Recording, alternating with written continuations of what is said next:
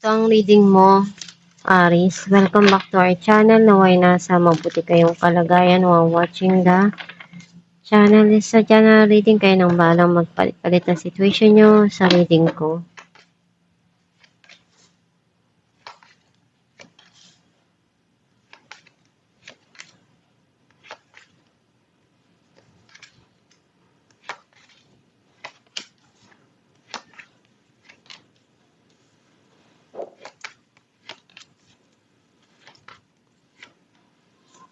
At ang bottom of the deck, King of Swords.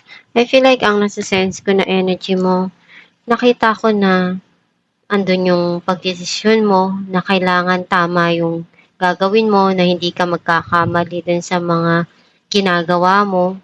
And you are very strict dun sa kailangan na maging resulta ng mga desisyon mo. Alam mo na kailangan tama lahat yung gagawin mo sa bawat takbang na pipiliin mo or tatahakin mo sa buhay. And andun yung may mga sitwasyon na kailangan mo talaga na pag-isipan ng mabuti kung ano yung ibibigay mo doon na desisyon. Ang mensahe ng card mo, marami kang pinagdaanan sa buhay na hirap, sakit, at dinanas mo yung hindi mo inaasahan na pagdadaanan mo sa buhay. And ngayon natututo ka na doon sa mga nangyari na yun sa buhay mo yun. And kung ano yung sa tingin mo hindi mo pa nakikita na darating sa buhay mo, handa ka doon na gawin kung ano yung makakaya mo para malagpasan yung mga pagsubok na yun.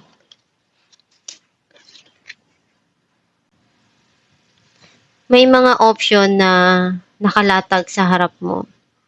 Pero right now, hindi ka pa handa na ibigay kung ano yung kasagutan doon.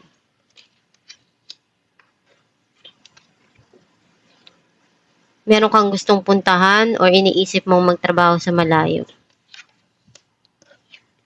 Some of you may hinihintay.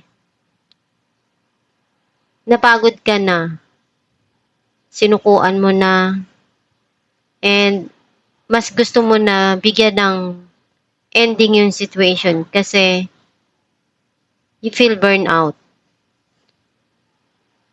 Or nararamdaman mong sinaksak ka ng patalikod.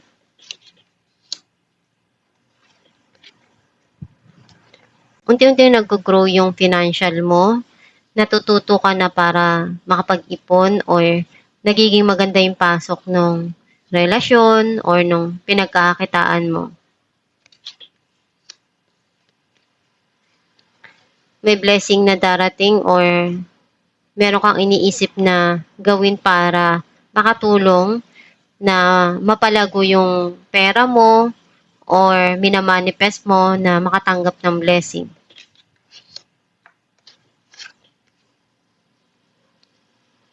Naglo-look back ka, iniisip mo pa rin yung mga nangyari sa nakaraan at isa yun sa nagiging inspirasyon mo. Kaya mas lalo kang nagsusumikap sa buhay na maabot mo yung mga gusto mo.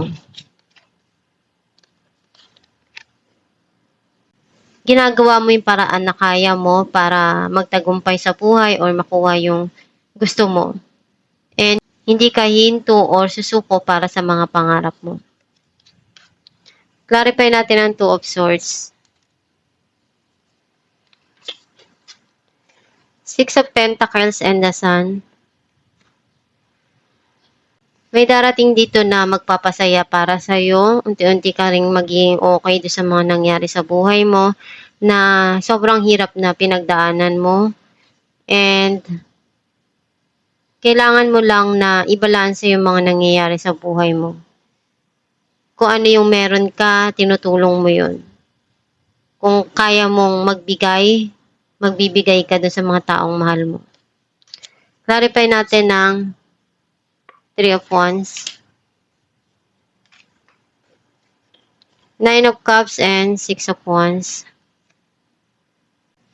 Kung ano yung pangarap mo, one day ibibigay din sa'yo yan. meron ka dito na hiniling na ikakasaya ng puso mo. Dahil andun para sa'yo yung victory or pagtatagumpay dahil makakamit mo yung gusto mo.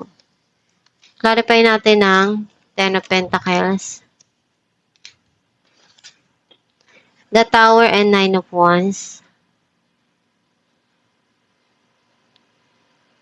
Hindi ka basta magpapatalo sa hamon ng buhay, babangon ka pa rin kahit anong pagdaanan mo. And natuto ka na. You feel guarded na doon sa mga taong nakasakit sa'yo, at the same time, nagkaroon man ng paghihiwalay, nasaktan ka doon, hindi na naig sa'yo na sumuko. Hindi ka nagpatalo doon sa mga pinagdaanan mo, bagkus bumangon ka pa rin.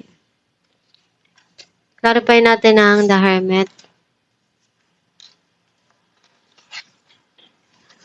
Six of Swords and Three of Swords.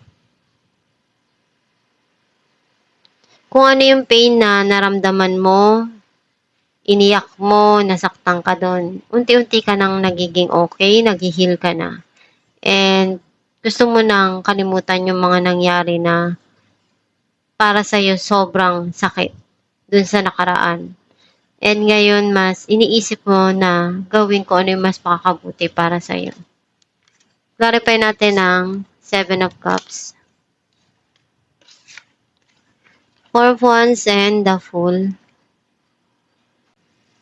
Para sa'yo, mas gusto mo na magsimula uli sa buhay para dun sa mga taong mahal mo. Alam mo na sila yung inspirasyon mo para makamit mo yung mga pangarap mo, or sila yung ginagawa mong inspirasyon para dun sa mga pangarap mo. Clarify natin ang Ten of Swords, Three of Wands, and Ace of Swords. Meron kang hinihintay eh. And unti-unti ka na ngayon natututo, or may mga nalalaman ka na alam mo makakatulong para sa'yo dun sa mga nangyayari sa buhay mo or dumarating sa buhay mo. Clarify natin ang Ace of Pentacles, Eight of Swords, and the Tower.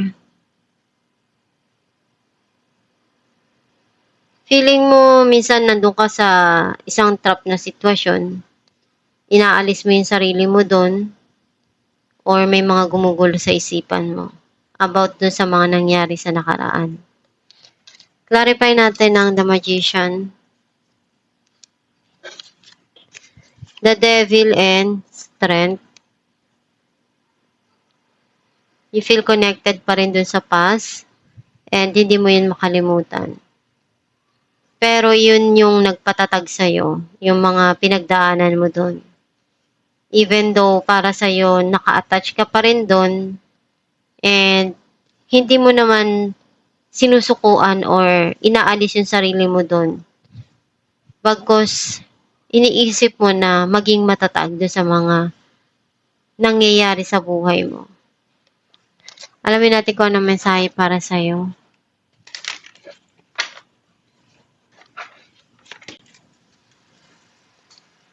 When I introduce joy to a situation, I change the vibrational frequency of what's happening around me.